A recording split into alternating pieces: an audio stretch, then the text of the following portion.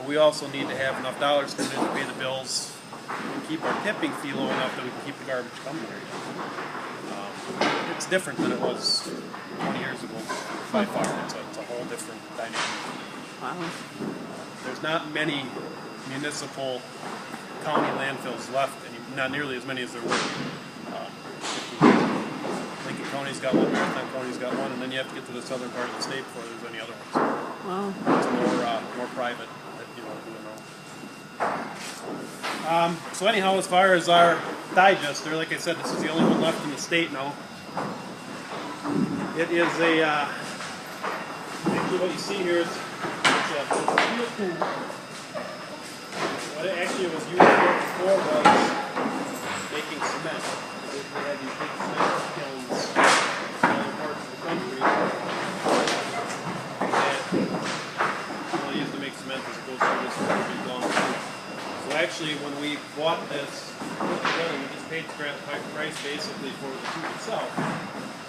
Part of it came from a place in Iowa, and another part of it came from stores in St. Louis. It cost us quite a bit to get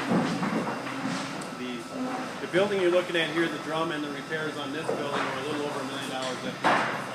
So the drum itself cost us around $500,000 a year to put in and to get all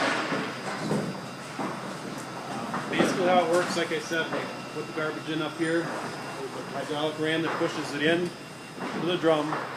Now the first 15 feet here before that first black roller you see, we have like spikes welded up in there, just pieces of metal that are kind of pointing up. What those do is put the garbage in there and catch it on trays back. The water added to it. And the whole drum, all the way around the circumference on the inside of it, has got angle welded in there. So as the garbage goes down there, it's kind of lifted up and dropped. So that does two things. Number one, it aerates it, so we have aerobic conditions in there doing the decomposition. The other thing it does, like that's, for example, say you've got a 5-gallon pail or something, big plastic toy or something like that. That's obviously not going to decompose and it's not biodegradable to do that. But just the weight of everything falling on it flat. So in order to put a 5-gallon bucket in there, it pretty much comes off flat. It doesn't go away, but it comes off flat. Anything that's organic in there, as far as food waste, tissue, paper, stuff like that. A good example now is deer hides. By the time they come out the other end, it looks like this. From when we put a piece of garbage in the top end until it comes out all the way down to the bottom, is in there between 5 and 7 days. So basically, what I tell everybody is this rotating kiln or rotating digest or whatever you want to call it. It's kind of like a big composter, and that's basically what it does. So we'll go down there and I'll show you, how we let out stuff or whatever. But any questions about that before we go down there? The whole thing is sitting at about a 3% angle, so that's how it works from this end to the bottom. So it's it's sitting at a slight slope. So it's just gravity fed all the way down there.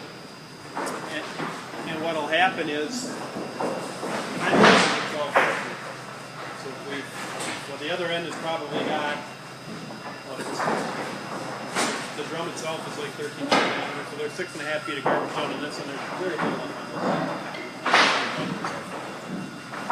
The whole tube comfortably, before you overfill it, can hold about 200 tons of garbage.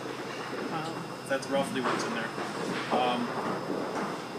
It's not that we're reducing the weight of the material so much, because we're adding the water to it, but we reduce the volume that's going in the landfill. So that's what we use it for.